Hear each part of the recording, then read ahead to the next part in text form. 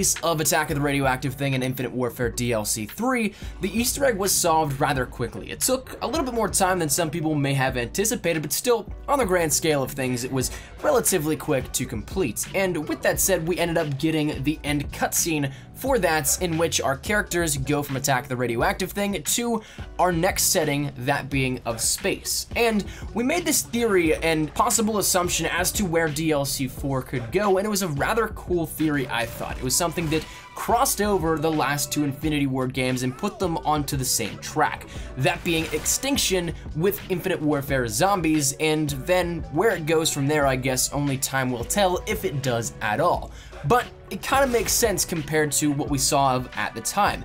That being, once again, the audio quotes that said if we thought the zombies were bad, and taking into consideration the fact that the Krogs from Attack of the Radioactive Thing, anytime you shot them, the hit markers were the same icons as that of the cryptid icon from Extinction. But in that video in which we discussed that theory, we left out a couple of things that I totally forgot to do at the point in time, and of course, now at this, it also ends up having a little bit more information that we can add on top of it, as well as something that I thought of afterwards of, again, making that video that I think could be a really cool tie-in. So let's just once again recap the facts. We just mentioned what we did there, but the fact that we ended up in space in what seemed like a present day setting is rather intriguing. Extinction left off in a cliffhanger and we heard nothing of it of the sorts afterwards. And if you take a look at that time frame once again, it's a relatively modern setting. It's something that, yes, still takes place a little bit in the future, but it's something that is still relatively relatable to the current time period. So the clothing and everything that we see depicted on our characters at that certain point in time, yes, it's a cartoon, but it does fit the era. One thing that we also totally forgot to mention back in that video was that the film reels littered across the map in Attack of the Radioactive Thing were actually different Extinction map names. There was one right by Elvira in which it was the Nightfall film reel, which is rather intriguing once again. It almost makes it seem like Willard Wyler was the director of a movie that was entitled The Extinction series. So whereas, say, Attack of the Radioactive Thing, Challenge Shuffle, Raven the Redwoods, Spaceland, all that kind of stuff, those are films, what if Extinction was exactly the same thing? It was films by Wyler himself, and then we end up seeing this crossover. And that would explain, once again, that ability to see an actual film reel with the Extinction maps and make it canon. But the argument on the other side that it may deter this is the fact that maybe it was just paying homage to Extinction. But my question with that would be, why wouldn't that be in the very original Spaceland or, say, Raven the Redwoods? Why introduce it for the first time now in DLC 3 when we're way closer to the end in which this grand elaborate plan could be tied in, instead of introducing it at the beginning when there actually may have never been a real reason to put it in there. Just something that once again is a fun little quirky Easter egg instead of actually tying it all together.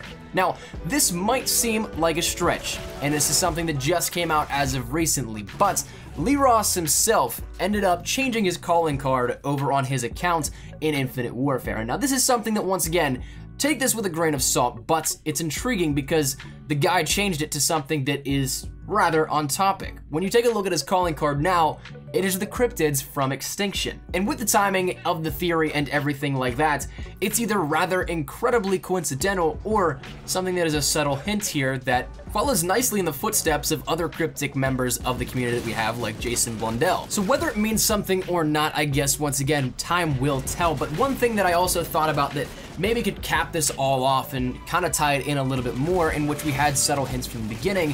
Spaceland had the alien Easter egg, in which that was the end goal here with this. It was the aliens as the main boss, but that's something that when you look at it, perhaps it maybe wasn't an alien per se, but was a gross exaggeration or different interpretation of the Extinction cryptids and the ancestors from Extinction. Because if you remember, the Extinction cryptids were vastly different looking than that of the ancestors. The ancestors almost looked as if like a standard gray man alien portrayal. They were more so towards that rather than where the cryptids were more so monster-like. They were a little bit disembodied from the standard portrayal of what an alien would look like. But again, of course, this really all just comes down to theory and speculation. It's simply nothing more than that.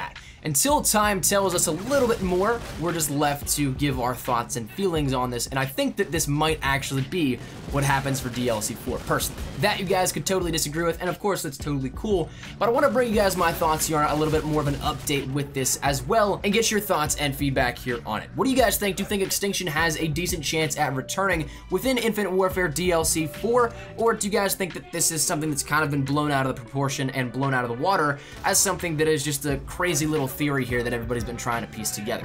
What are your thoughts here on it? Feel free to drop it down there in the comment section down below, but that's where we're gonna wrap it up, so hopefully you guys enjoyed, and if you guys did, make sure you drop a like down below, and of course if you guys are new to the channel as well, make sure you guys subscribe to stay up to date with everything we have here regarding Black Ops 3, both multiplayer and Zombies and Zombies Chronicles, Call of Duty World War II, both multiplayer and zombies there as well, Modern Warfare Mastered, Infinite Warfare, all that good stuff. We got you covered here up on the channel. And finally, if you guys want to follow me over on Twitter, that's the best place to get connected with me outside of YouTube. We practically live on Twitter, so if you guys want to check up a conversation, ask me a question, whatever it may be, link is down there in the description below.